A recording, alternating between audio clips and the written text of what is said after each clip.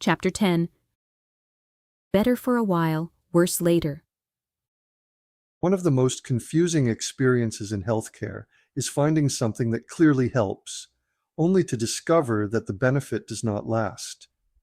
The first dose may bring energy, clarity, calmness, easier sleep, better bowel movement, less pain, improved circulation, or a sudden sense that the body has finally responded. The person feels encouraged. They may have been struggling for months or years, so even a few good hours can seem like confirmation that the missing answer has been found.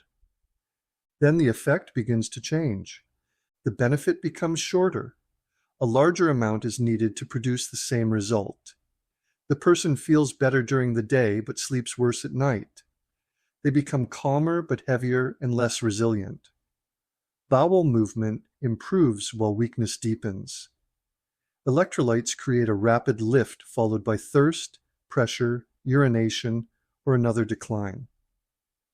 A stimulant restores function but leaves the person more depleted afterward.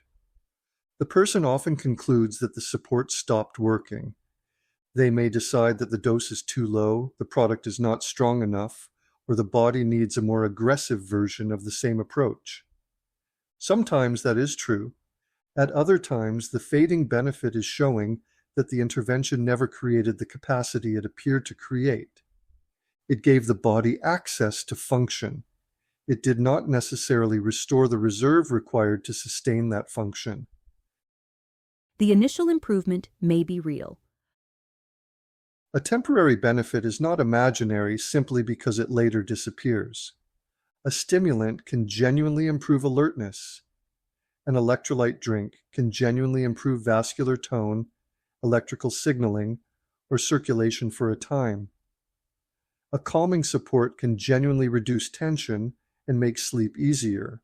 A laxative can create bowel output. A diuretic can increase urination. A strong anti-inflammatory support can make pain or swelling less visible. The question is not whether an effect occurred. The question is what kind of effect occurred. Did the intervention correct a limiting problem? Did it strengthen a compensation the body was already using? Did it quiet a signal without resolving what produced it? Did it mobilize more than the body could root? Did it create activity by borrowing from reserve? These possibilities can feel similar at first. The difference becomes visible through what happens next. A corrective response usually improves the wider pattern. The person not only feels better for a few hours, they also tolerate ordinary demands more easily, recover more predictably, sleep more naturally, and require less rescue over time. A compensatory response may improve the visible complaint while leaving the underlying cost unchanged. The person functions, but only while the support is active. When it wears off, the original weakness returns or appears in another form. A poorly placed intervention may create a short rise followed by a deeper loss of stability. The person becomes more active, more mobile, more alert, or more productive. But the body pays for that output later. The first response matters. The full response matters more.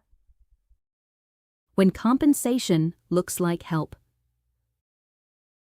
Compensation occurs when the body preserves function by increasing effort somewhere else.